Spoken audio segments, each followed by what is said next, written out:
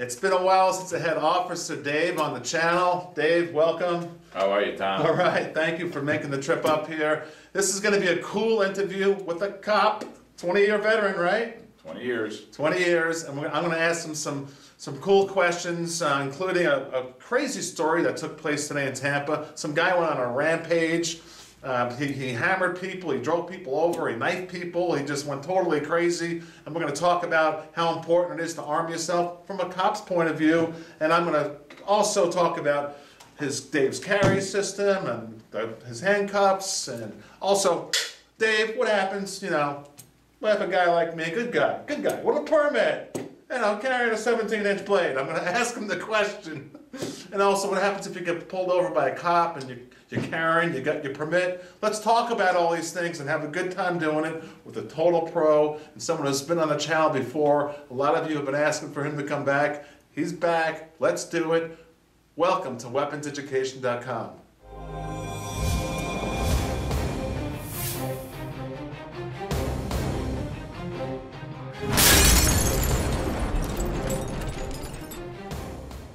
Let's start out this discussion with a police officer with a true story that coincidentally happened today in Tampa, Florida. A former principal, he was fired 5 years ago for buying crack from his junior high school, and he got fired 5 years ago. So the guy is obviously not all that there together, but I don't know how he became a principal. Anyway, here we go, modern day, today. 2012, what does he do? He stabs a bunch of people. How many people? Was it? 4. 4 or 5. The story just broke. Ran over a couple of people, right? He drove to these people's houses, asked where can I get women, and when they didn't tell him, he spun around and drove right up and into their porch where they were sitting. And ran right into them. Ran right into them. Then he got a hammer. And what did he do with the hammer? And he went to some hotel and he beat the owners of the hotel with a hammer. And then he got a knife and stabbed, like I said, a bunch of people. That was the first thing he did. Then he ran a kid over. He ran a kid over on a bicycle, knocked him off the bike, and then he tried to back up and run over again. The kid hid behind a telephone pole. And how long did the whole rampage take? 2.5 hours. 2.5 hours. So my question to you is, Police Officer Dave, can cops be at all places at all times? It's impossible. There's just not enough cops out there to be everywhere all the time. It's just not going to happen. So I want your opinion as a 20-year veteran. Do you think a law-abiding citizen who has their permit and they can carry a gun, do you think they should carry their gun at all times? What's your feeling on that? So long as you feel that you're proficient with your weapon, which means you can't just go and get a carry permit and just walk around and carry your gun. You need to get comfortable with that gun. You need to shoot with that gun at least twice a month. You need to be comfortable with the situation, with the feeling that you will be able to defend yourself should the need arise, to the point of deadly force. If you don't have that mindset and you just take your gun out, it may end up being used on you, and you don't want that because it may not have escalated to that point. Now you have escalated it to that point. So it's not just as easy as go get a permit and carry a gun. You have to be able to use that gun. You have to have the mindset to be able to use that gun and be able to be prepared for the consequences afterwards. And you agree that if you do get the training and you do feel comfortable with your gun and you're proficient with your gun, you should carry it at all times. Oh, if yeah. you do all that. Oh yeah, if you have the mindset and you're able to protect yourself and others and use that weapon in the proper way, then that can put an end to a rampage like this guy just had. It might not have lasted 2.5 hours. He might not have been able to kill or injure as many people as he did if someone took him out during the situation. But you have to be able to do that. Yeah, I'm glad to hear that from a cop. I mean, I appreciate that. Taking deadly force is not as easy as you think it is. Let's just jump around a little bit. You saw I pulled this knife out earlier, and if it's a 17-inch blade. The blade is I don't know, about 10 inches. It's a huge blade. It's 17 inches overall length. Now, if you pulled over someone and you saw them carrying this blade, I'm just asking you. You don't know I'm asking you all these questions here. What's your feeling? I mean, if I said, hey, I'm a good guy. I probably wonder, is there a bear you're about to gut in the trunk? Because that's pretty much the only purpose for something that big. It is a little huge. A little? A little huge. I mean, I'm just going to jump around here. Let me see these handcuffs here. Let me try them on because I've never had a set on me, but... You may not want to do that. Why not? I don't have the keys with me. Well, what do you? Well, So what if do you mean put don't- that bracelet on, you're gonna have it on for a while. What are you saying? They're your handcuffs. Yeah, they're my handcuffs, I just didn't bring So the they're keys. useless forever. You don't have the keys. Oh, I have keys, I just didn't bring them with me. So if you what happens if you lost the keys? You just go buy another set because the keys are universal. Handcuff keys are all the same. Really? Explain that to me.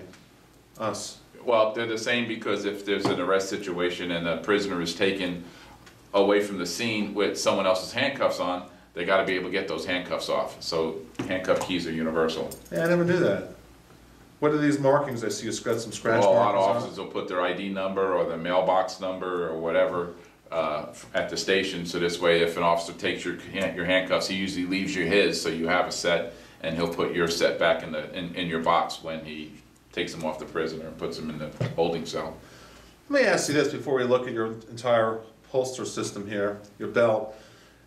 Do you think it's a good job, a good career path for a youngster, say 17, 18 years old, he's looking to get into law enforcement? What's your advice to the youngsters who want a career path in law enforcement? Well, first off, you have to keep your record clean.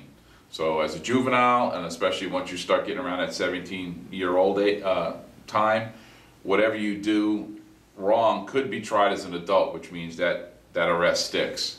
So stay out of trouble, keep your record clean, go to school, get your high school diploma, and then when you're done with that, the best way to get hired is either have military experience or at least a 2-year college degree.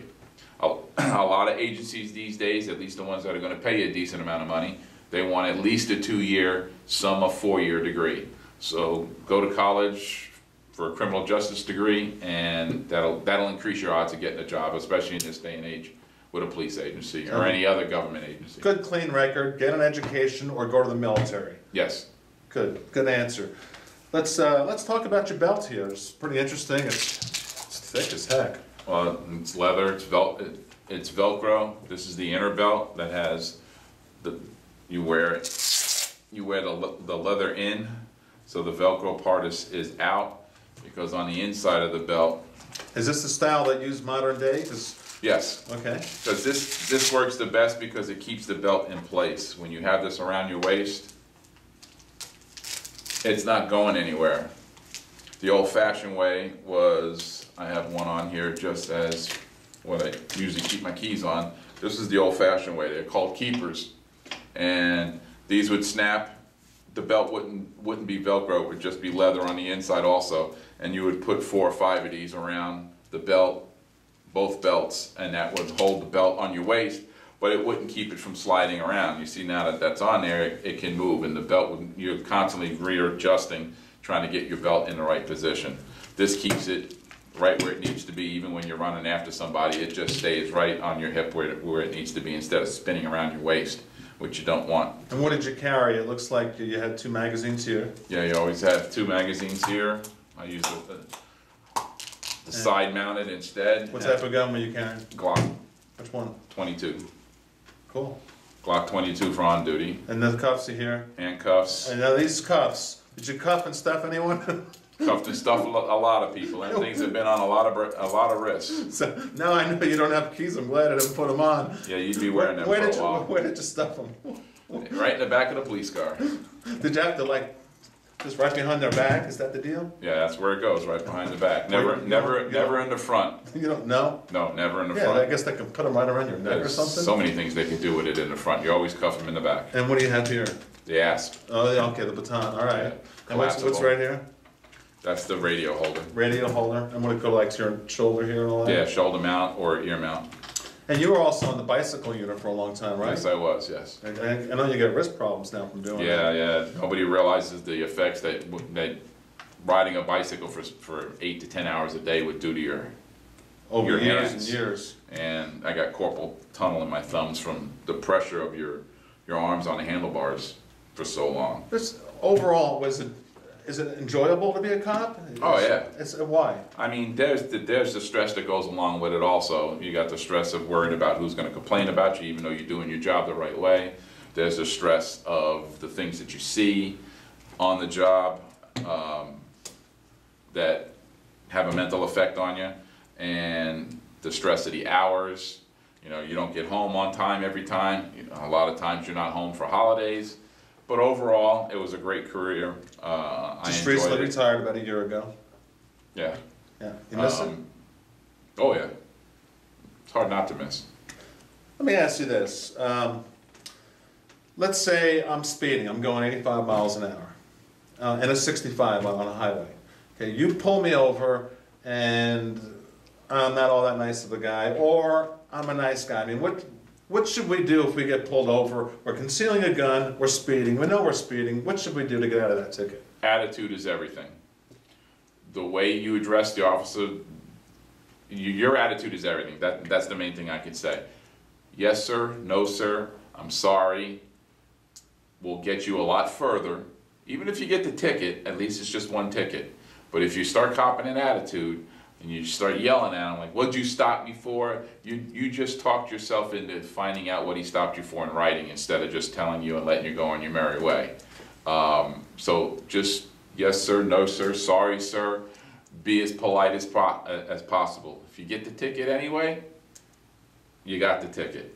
But it could have been a lot worse. If you start getting cocky, having an attitude, now that one ticket could end up into 3 tickets. He could just not stop with, okay, you were speeding. He can look at your tires and say, oh, your tire's a little worn out. Here's another ticket. Oh, your brake light's out. Oh, here's another ticket. It can just go on and on. But generally speaking, you let some people go if they were kind of nice. Oh yeah, if it's a person that you realize they don't have a bad driving record when you ran their driver's license, they were completely polite, you know, I'm sorry, I wasn't paying attention, I was just listening to the radio and keeping up with traffic, blah, blah, blah, and you had a nice attitude, there's a chance the officer might let you go. That doesn't work as well with motormen, because that's their job. They're out there specifically to write tickets. And if you went to your job and your job was to sell cars, and you didn't sell a car all day long, the boss is going to say, what's up? I saw 30 people walk up to you and you didn't sell a single car. Well, same thing with a motorman. That's his job, is to go out and write tickets. No, they don't have quotas. A motorman's, I'm sorry, is a motorman is the guy on a motorcycle, the guys you love to hate. But they don't have quotas, but that's their job. They're evaluated on how many tickets they write. If they go out there for 8 hours and write 2 tickets, well, what were you doing for 8 hours? When, here's Officer Smith, he wrote 16 tickets and you wrote 2 tickets, well, your supervisor's going to wonder, well, how come you wrote 2? What were you doing? When Officer Smith wrote 16 and you only wrote 2. So that's their job. What about the fact that we have an economy right now where these agencies are laying off all these policemen? Are we going towards a lawless society, possibly? I mean, what's happening with? But there's not many cops on the beat no more. No, all the cities are hurting for money. They're messing, and now you got situations where throughout the country they're messing with the officers' retirement, their benefits. That was part of the reasons why a lot of people in the country will put that uniform on and put their life at risk, because it certainly isn't for the pay. Not when you got a guy who pretends to be a cop on television making 100 times more than the person who actually goes out and does that job. They're not doing it for the pay. They're doing it for the benefits and for Pension. the pension. Well, that's part of the Yeah, benefits. For the pension, and because they just like helping people. They want to make a difference in the world. It's definitely not for the pay, because the pay does not justify the risk. Not even close. What is the highest risk? I think you told me at one point, and that's a normal traffic stop. Is that right? Normal traffic stop, because you're vulnerable in several different ways. Number one, you don't know what that person just did. He might have just robbed a bank when you pulled him over for speeding, or swerving in and out of lanes. He might have a warrant for his arrest for murder, or anything else where he doesn't want to go to jail. You might get out of your car and some person who wasn't paying attention, they're on their phone texting, swerved a little bit and waffled you while you were walking up to the suspect's car. There's just so many different things that can happen on a traffic stop. And please, don't text and drive. Don't text and drive. Again? He's a good cop. He's a good cop. He thinks we should carry, as he said earlier, as long as you get the training. That's the key. I've always been talking about that. And you also have to have a good mindset when you're carrying a gun, don't you agree? Mindset and training. You have to be totally comfortable with that gun. So go to the range. Get to the range. Take that thing out. Shoot it. Shoot it from different distances. Shoot it under different circumstances. If you can find a place in your area that has a tactical course, go take it. go take it, because you want to make sure you hit the person you're trying to hit, not Granny, not Granny walking her dog down the street. You don't want to take her out. You want to take out the bad guy. So, and that ain't gonna happen unless you're proficient with that weapon. If you just yank it out scared and out of control, that thing's going off long before you even get it up in position. That's good advice. A lot of people under a stress situation will pull that trigger as soon as they break leather. So you want to make sure you're proficient with that weapon before you do it, before you end up shooting your foot off. Or something else, right? Or anything else. All right. Check it out. Thanks for watching. Bye-bye. Take care.